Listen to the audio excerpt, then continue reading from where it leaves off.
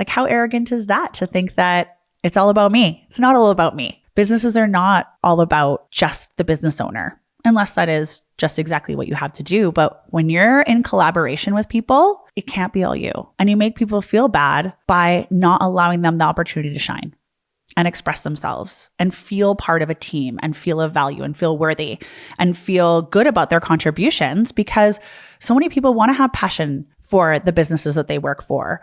A lot of people, when they work for small business owners, they're proud to be there. They're investing in that business owner. They're investing in that business owner's dream. And how beautiful of a compliment. And I wonder if it was because I didn't trust myself enough to trust my judgment of others, to allow them to have the freedom and to give myself the permission and freedom to not be there 24/7 doing everything all the time.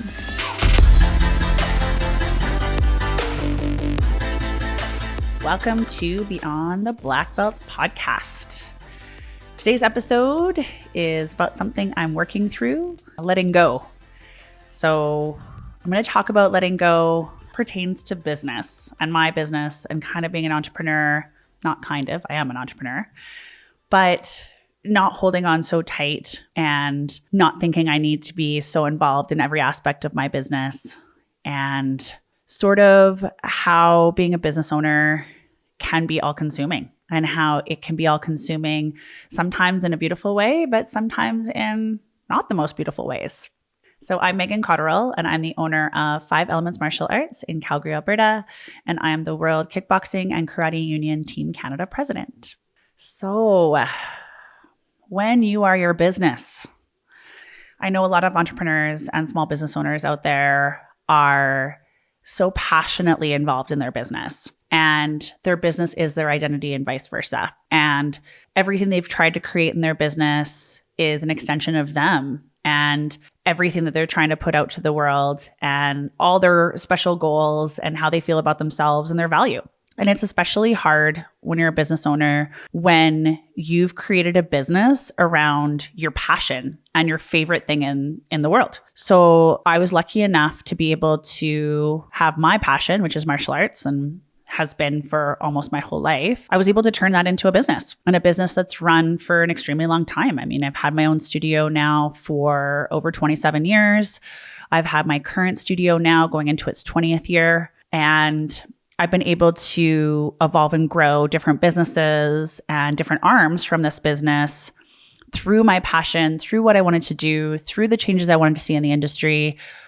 But it has become all consuming. Basically, I've called my martial arts studio my firstborn. It's felt like my baby from conception. And when I first had a satellite school when I was 16, it didn't feel quite the same as when I started 5 Elements as a standalone business. I remember when I was 16 and I was so excited to be able to work doing my favorite thing. And I was so proud to be a black belt, and I was so proud to be an instructor. And I loved that I was able to do this job at 16 and not have to work in fast food or kind of other industries that I wasn't as excited to be part of, and actually make much better money doing something where I loved showing up to work every day. I loved teaching little kids. I loved doing martial arts. I loved how I felt with the whole process of everything. And I really wanted to see it through, and I really wanted to see myself grow, and I really wanted to see myself in martial arts as a career. I didn't exactly know how that was going to go, but I wanted to see how far I could take it.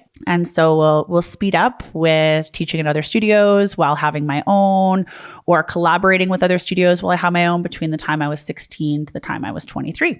I'm 43 now, and 5 Elements is now going into its 20th year, and it's pretty exciting. And I've learned a lot. I have felt, though, that I've given my absolute heart and soul into this business, growing it from a small, tiny little studio that was 1,600 square feet and had shared bathrooms. And I started with 30 students to over, 1,200 active students now, and a ton of staff, and booking 6-7 days a week, and being an extremely busy studio and seeing it grow and evolve, I've felt like I've had to be a business owner that's been all consumed by it. And I've wanted to hold on tight, and I've wanted it to be my identity. And I've sacrificed so much of my life and myself to give to this business to see it succeed. And I think a lot of business owners have felt the same way. And when they're passionate and they bet on themselves, and you don't have a choice but to have it be all consuming to you. And I thought if I held on tight to it and I micromanaged everything about my business, everything from I would have instructors teaching classes, but I needed to jump in and make sure that they were teaching good enough, or that, every single student felt like they were being attended to and were getting the one-on-one attention that they needed and felt really special and felt like they were growing at the level and the experience that I felt like they deserved. And it was such a high standard that it wasn't always attainable without giving more of myself than I could afford. And it led to 12-hour days and 14-hour days. It led to writing in my notebook before bed, waking up in the middle of the night to write ideas in my books before bed. It led to emails at 6 o'clock in the morning, which I still sometimes do.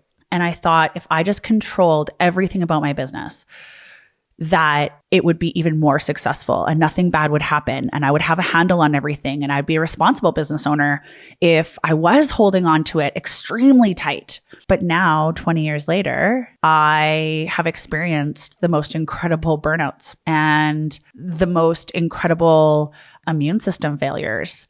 And I've gotten really sick, and I've ended up in the hospital, and I've ended up sacrificing time with my family and my son and friendships and things I've always wanted to do. I've sacrificed my health over and over and over and over and over again. And holding on so tightly didn't allow my business to grow and evolve the way that I see that it can now. The more that I micromanaged people and things, the less opportunity I gave for them to make the business more special, to put their personal touch into the business, to really listen to their ideas and how they could have made the business grow faster or better. I thought if I was just in control and we did it my way and we did it the way that I thought it should be done, that nothing bad would happen. And I felt almost shameful and lazy and not good enough if I wasn't there all the time. And I wasn't involved in every class. And I wasn't involved with all the bookkeeping. And I wasn't involved with all the scheduling. And I wasn't involved with all the marketing or social media. And I wasn't involved with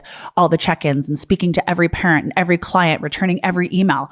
I felt like somehow I was dropping the ball and I wasn't being that good business owner that I thought I should be. And I wasn't giving the people that were supporting my business the time and energy that they deserved. That was not the case. Did not bring out the best in me. I became very reactionary, impatient, exhausted, fake.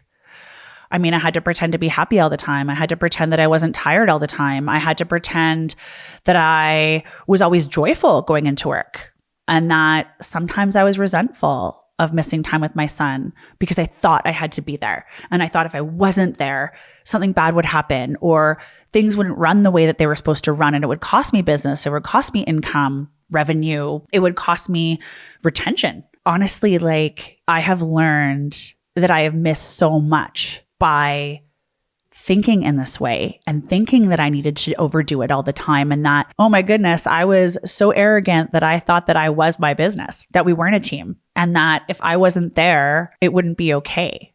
How arrogant is that to think that it's all about me? It's not all about me. Businesses are not all about just the business owner, unless that is just exactly what you have to do. But when you're in collaboration with people, it can't be all you. And you make people feel bad by not allowing them the opportunity to shine and express themselves and feel part of a team and feel of value and feel worthy and feel good about their contributions, because so many people want to have passion for the businesses that they work for.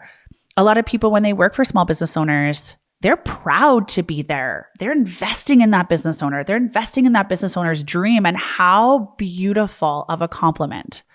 And I wonder if it was because I didn't trust myself enough to trust my judgment of others, to allow them to have the freedom and to give myself the permission and freedom to not be there 24/7 doing everything all the time. So that led to extreme burnouts and consequences for my life that I didn't want to have happen. And I realized that what I wanted long-term was sustainability and growth. And I actually wanted collaboration. I wanted the best people working with me to create the best possible community, to create the best possible vision, to bring forth ideas that I would have never thought of or had the experience to even think of. And I think you're stronger as a team. I think if you're an army of one, you get tired pretty quickly and you can't wield your sword anymore. So if you have an army behind you of people that are willing to lock arms and move forward together, your business is going to be even stronger. Your business is going to be even more collaborative. You're going to be able to problem solve so much better, come up with better marketing ideas. You'll always have safer places to fall to, because that support I didn't realize was really important. Having the support from a team takes away that feeling of loneliness and isolation as a business owner, because you're always trying to problem solve by yourself. You don't want to burden anyone. I mean, I never wanted to burden anyone. So I thought I had to shoulder all the problems of the business. I thought I had to shoulder all the jobs that I didn't think anyone else would want to do. I thought I had to shoulder coming up with all the new ideas and doing all the heavy lifting. It wasn't the case. I never had to. I just needed to trust myself enough to feel part of a team. And it did take away loneliness. It did take away the isolation. It did make me feel more supported. And I think that's like really important, is that connection and people's belief in your business and people's belief in your vision. I mean, it's kind of amazing. So if this resonates with you, please like or share. We're trying to build this community to be as amazing as possible, so we welcome as many people into it as possible. So part of this entrepreneurship journey and refusing to let go, I started talking to business owners that I really respected. I started kind of getting out there and networking with people that I thought were like really incredible in the business community, and I really admired for what they'd had accomplished. And talking to them, they went through the same things that I did. They went through the really hard days where they thought their business was going to go bankrupt. They went through the hard days where they didn't know how to problem solve. They were dealing with Revenue Canada. They had people steal from their business. They had clients that, were really unhappy. And I started talking to these business owners and mentors more and more and more. I remember talking to one in particular, and I had so much respect for how he started his business, grew it, and then sold it for millions and millions and millions of dollars. And he said to me, Megan, you don't grow and start a business so that you can hold on tight and do it forever at this level. He's like, I built my business, made it successful so I could sell it. And so I could either have a brand new business or grow it and evolve it or think about a franchise. And he's like, it's not sustainable. And I remember looking at him and going, how dare you? I will never not have control of my business. I will never not work this hard. I will never think I can take all these days off. Like, there's no way. And he laughed at me and he's like, you will see in the future, you will change your mind. And so years later, I think about that and my perception has definitely changed. Every day feels like baby steps. Every day that I feel guilty about not working a double shift. Every day that I feel guilty asking someone to step in for a private lesson. Every day that I hire a new admin assistant or, have my bookkeeper come in and tidy everything up for me. Every time that I ask for help, I know it's healthy. I know it's the right thing to do, but it is still a baby step that I am telling myself I need to take in order to grow and evolve and be a better business owner and see the direction I want my business to grow in and see the way I want it to evolve and hopefully give me the freedom to enjoy my life the way that I'd like to and enjoy the things that I feel like I've missed out on and find some balance and some health in working really hard, but also taking that time to rest and breathe and spend time with friends and spend time with my kid, which really helps my creativity. It helps you be a better business owner. It helps me to problem solve better, come up with new marketing ideas, talk to my team better. I need that time and that balance through letting go, through asking for help to actually increase my sales, increase the success of my business, grow it in a different way. Think about ways that I want to change it or make it more relevant in our community or in the time that we're in right now. I mean, businesses are always evolving and And I kind of really enjoy the evolving part of it. But without a balance and without letting go, there's no way for me to be creative or to ask questions or to network or to meet new people or get new experience or even re-educate myself, which I think for a successful business owner is really important. You still need to grow. You still need to learn. You still need to take risks. You still need to see things from a different perspective. And so progressively learning how to let go, I think, is helping me to kind of see things in a more beautiful way. I enjoy going to work when I'm not overworked. I enjoy my students when I'm not doing all the paperwork or returning all the emails. I enjoy how and why I even created my business and why I'm so passionate about it and what I've learned so much about myself through this business. I'm able to teach it to people relaxed now. I'm able to show a better side of myself when I'm not so stressed out and I'm not so exhausted. Letting go as a business owner really helps you to shine and to authentically be the business owner that I think we all started in the beginning of wanting to be. We wanted to be the best version of ourselves. We wanted to bring this passion to the world. We wanted to bring this thing of beauty to the world, our firstborn to the world. And micromanaging it and holding it too tight, can't share it with anyone. And if you're not sharing it with anyone, what's the point? We're all here for connection and community and growth and happiness and joy and sharing and expression and a sense of value and purpose and allowing other people to have a sense of value and purpose. So here's to baby steps, progressively letting go and seeing my firstborn shine. If you like this podcast or it resonates or you feel like it could be good for your community, please like and share.